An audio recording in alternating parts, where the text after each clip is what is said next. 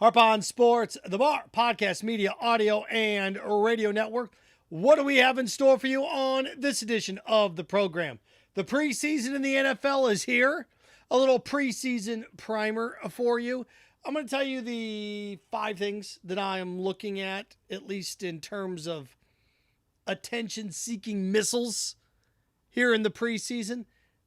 It's all quarterbacks, and it's quarterback dilemma, storyline development. So you can look at other position battles. I'm not getting too keen on offensive line, offensive tackle. What's going to happen here? To me, the storylines in this preseason, the one that matters, are the only ones that matter, are all quarterbacks. At least from an overall perspective. I understand competition in depth. I get that. But I'm going to focus on the quarterback. So we're going to get to that. Also, a couple fun things for you. John Calipari in Kentucky, Mark Few and Gonzaga agree to a home and home. Well, kind of. Gonzaga is going to come to Kentucky. Kentucky, however, is not going to play on the campus at Gonzaga. Instead, they're going to play in Spokane at the big arena. And John Calipari came out and said, well, if you want us to play in front of fewer than 6,000 fans, it's because you want us to lose. I understand why he doesn't want to do it. It's just a bad look. And I like John Calipari. I do. To me, this is pretty weak sauce. I get why he's doing it. Still pretty weak. And I want to wrap with the South Carolina Gamecocks, who, oh boy, they're catching some heat because you can buy their tickets in part of those discount packs at Costco. When you go to Sam's Club and in Costco, you can buy like 4 movie tickets for $44. There's South Carolina Gamecock football tickets that you can buy like that. And they're catching some heat for it. Why they shouldn't. Again, Harp on Sports, the Bar, podcast, media, audio, radio network. Follow, share, like, subscribe at Harp on Sports Twitter, at Harp on Sports Instagram. Of course, Harp on Sports, the podcast, the Bar, Spotify, Buzzsprout, Apple Podcast. You can track us down there. Also, Harp on Sports, the Facebook page, Harp on Sports, the YouTube channel, and of course, harponsports.com. Okay. Quarterback competition. Preseason. To me, a lot of situations that play themselves out in the NFL. In the preseason, I don't know what you get. It used to be something that you got. Now with 3 preseason games as opposed to 4, it's one less game that you get more information or get information. The 4th preseason game was kind of worthless anyway. Not kind of. It was. So I look at this in terms of battles. You have to have situations, or at least look at situations in which injury and injury concerns have to be thrown out the window for development. And that's where I look at this from the quarterback perspective. To me, I think there are 5 very interesting quarterback situations and developments that are taking place. Now, look how the new look Chiefs offense is going to look without Tyreek Hill, what it means to have Tyreek Hill in Miami. All those things are nice, but I just don't know how much you're going to get in the preseason from those things. I don't. But I know we're going to have to decide in certain situations what's going to happen with the quarterback. So that's what I want to do. The first one I have on my list, again, this is in descending order. Number 5, if you will, 5, 4, 3, 2, 1. Davis Mills in Houston. Deshaun Watson's gone. The development of Deshaun Watson's gone. At least in terms of the psyche, they went all in on Davis Mills. They had a chance to trade for Baker Mayfield. Didn't want to do it. Had a chance to trade for Jimmy Garoppolo. Haven't done it. And the Texans really, really like Davis Mills. They didn't draft any other quarterbacks to really provide much of a competition for him. So the Texans are all in on him. 4th round pick out of Stanford a couple years ago, right? So what are you going to see out of him in camp? We saw a little bit out of him last year. This was a team that wasn't very good last year. Now in year 2, if they're all in on him, it better show to some extent here. Better see some flashes here in the preseason. So Davis Mills is number 5 on my list. Number 4, Matty Ice in Indy. Again, you're not going to see a ton of him, but anytime a veteran quarterback or somebody that's been in this league for over a decade is on a new team, it's going to be interesting. And this was a Colts team that has a ton of talent. This was a Colts team that had last year or 2 years ago, big time playoff inspirations, or at least a prowess. Phillip Rivers, okay, it ends. They've kind of been looking for that guy since Andrew Luck stepped away. What is this going to be? Their 5th different quarterback that started a game since Andrew Luck retired? It's quite a bit. It's quite a few, right? So they need to figure out what they want to do here. And Matty Ice is what they want to do here until at least they can develop somebody else. So I look at it from the Colts' perspective in the division that they're in, being all in this situation. You know, you look around, the Titans are good, should be good. You look at the Jaguars, who are still rebuilding their little mess. And the Texans, the Colts are sitting there going, man, we should win 11 or 12 games this year.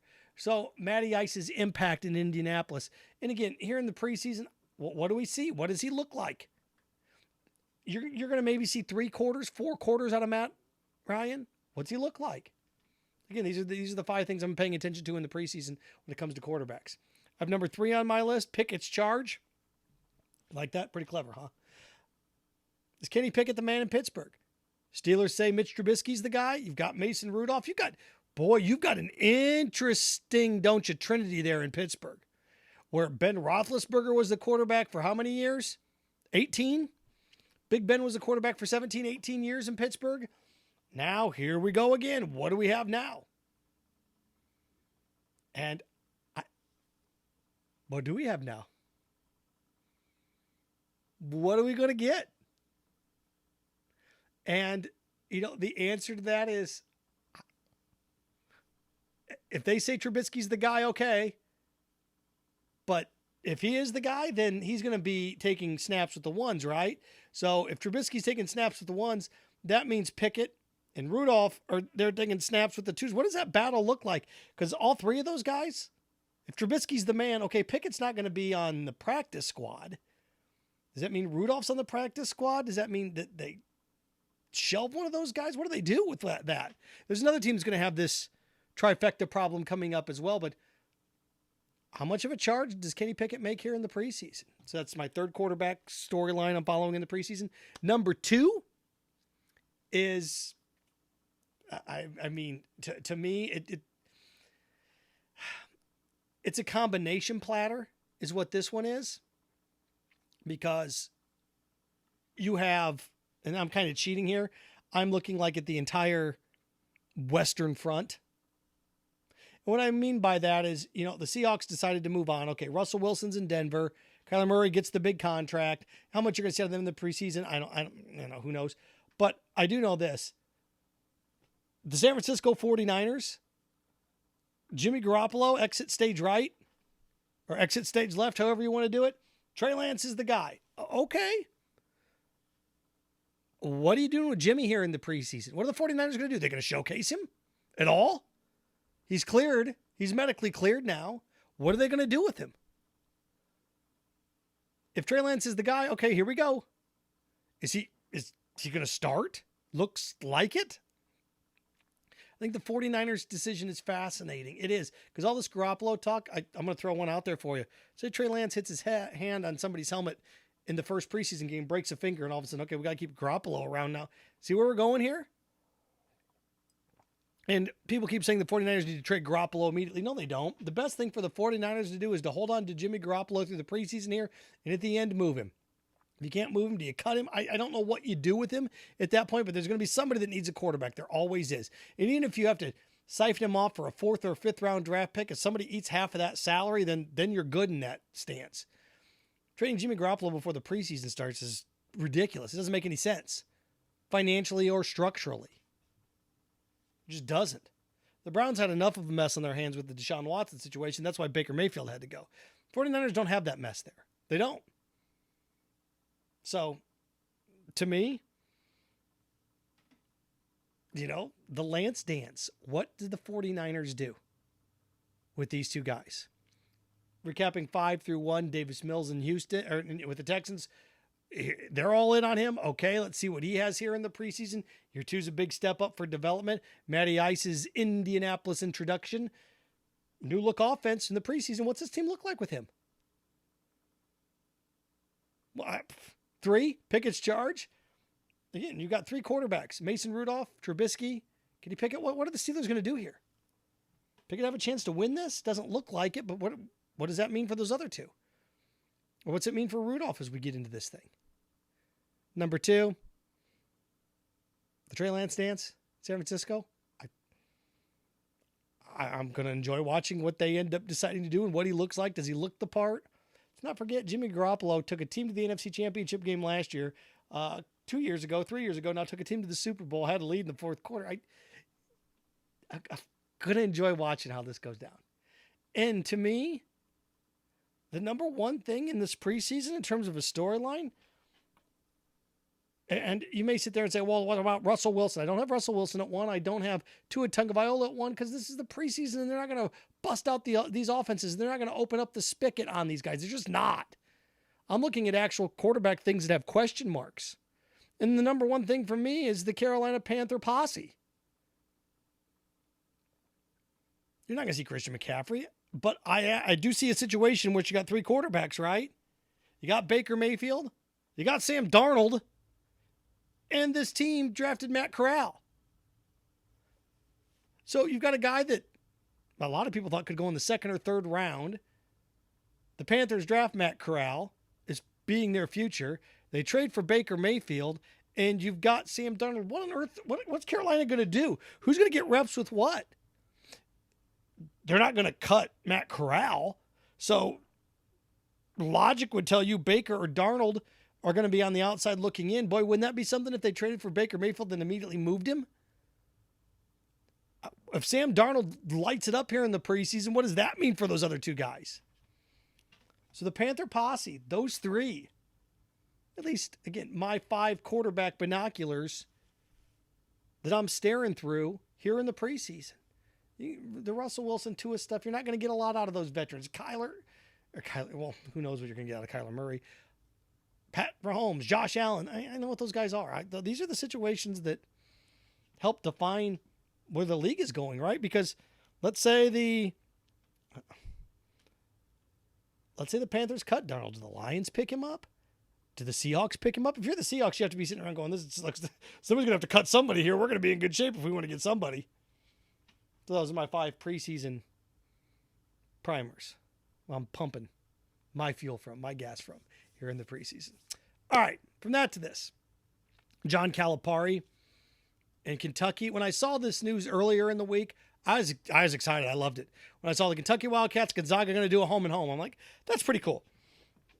And even I had some other ideas for some pretty cool one-on-ones, home and homes, 1-for-1s. I thought, how cool would it be for Kansas to go to Illinois, Chicago, and Illinois, Chicago to go to Kansas?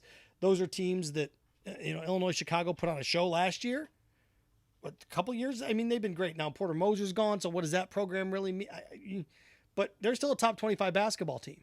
So I was trying to find just pockets of small, what do you want to say? I don't say mid-major powers, because I don't know if Illinois, Chicago is a mid-major power. Or Loyola, Chicago. I don't know if they're a mid-major power, but they're fun. And they're up and coming. Like if you did this 10 years ago, Butler would have been there. But boy, how they've fallen. So I just watched the dynamic. Okay, Kansas. I'd love to see Kansas and Loyola of Chicago hook up. And then I was just looking at some other ones too that would be fun. And you can even do, if you want to do Kansas and St. Mary's, that's fine. Duke and Loyola of Chicago, that's fine. North Carolina and Murray State. Murray State's been great. I'd love to see home and homes with those. I would. It'd be kind of fun. But the big programs aren't going to risk that. There's not. And John Calipari said as much. And I get it from Kentucky's standpoint. He's got nothing to lose. Although Gonzaga's its own little thing. He's taking on Gonzaga. They're going to take him on in the big arena in Spokane. Why?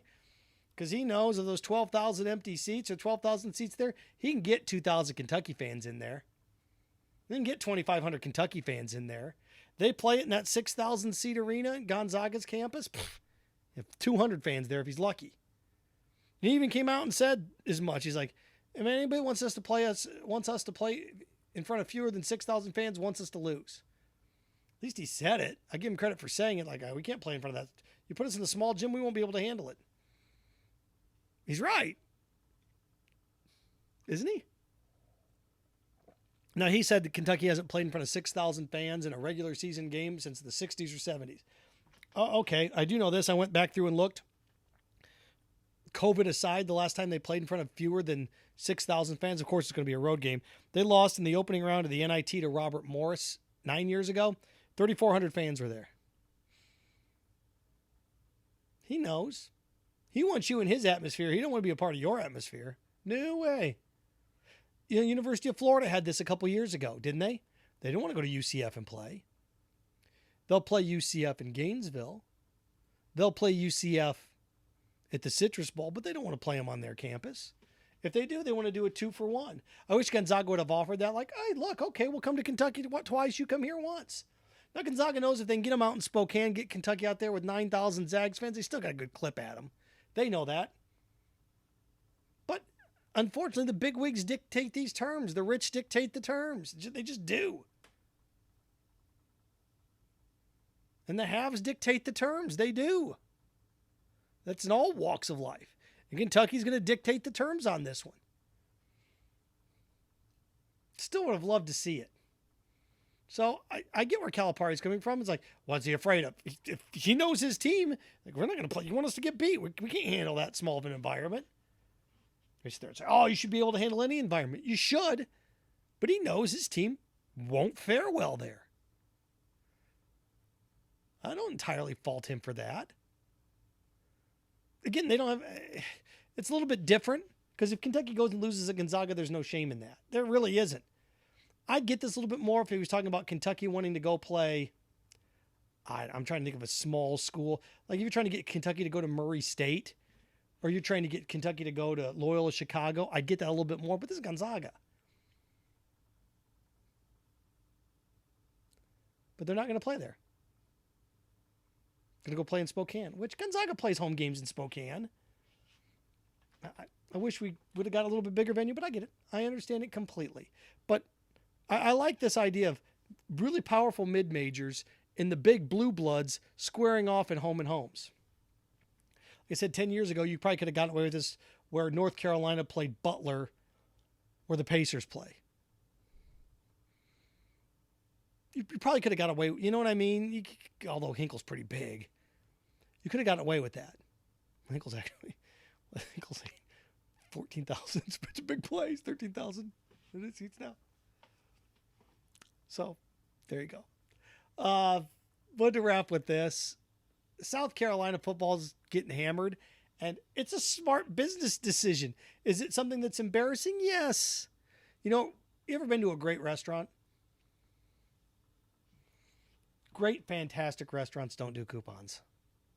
Elegant places don't do coupons. They don't. They just don't. The demand is so high, you just don't.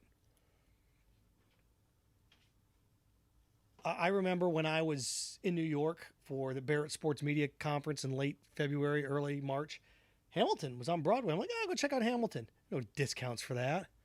Demand is too high. No discounts for that.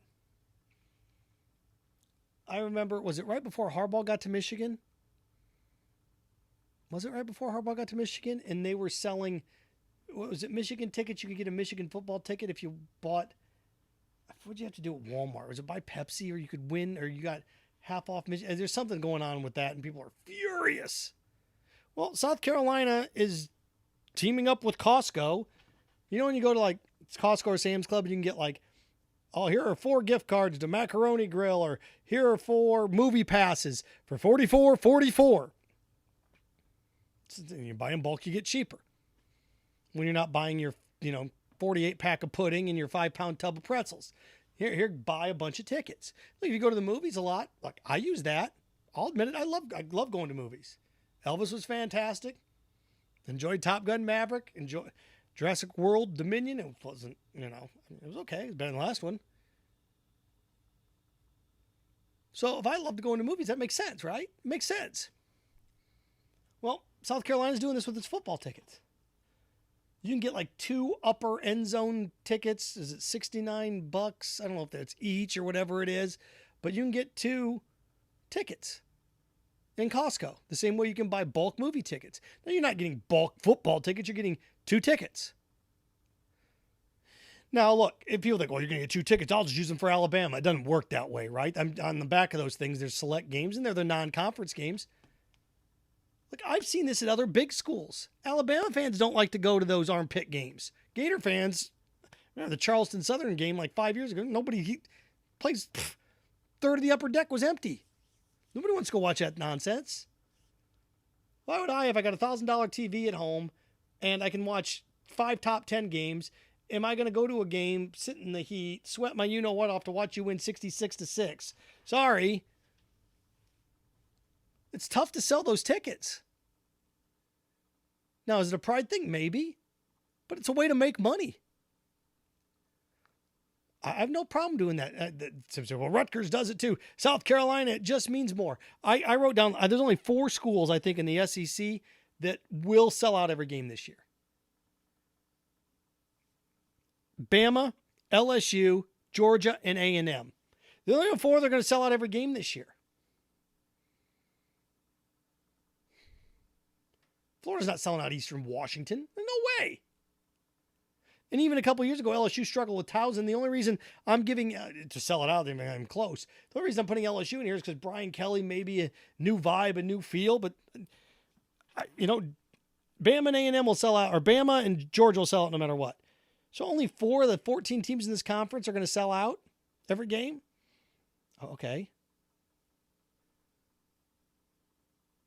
So South Carolina's selling tickets at Costco. You can make fun of them if you want to. I get it. You're selling your tickets at the grocery store. Okay. Bulk tickets. Who wants to go to this stuff? You notice how everybody doesn't make fun of movie theaters for doing that? Nobody makes fun of restaurants for doing that. Think about the most popular gift cards you can get. The most popular fast food restaurants. When you buy things in bulk. Air fresheners. What else do you... Think about anything you can buy in bulk.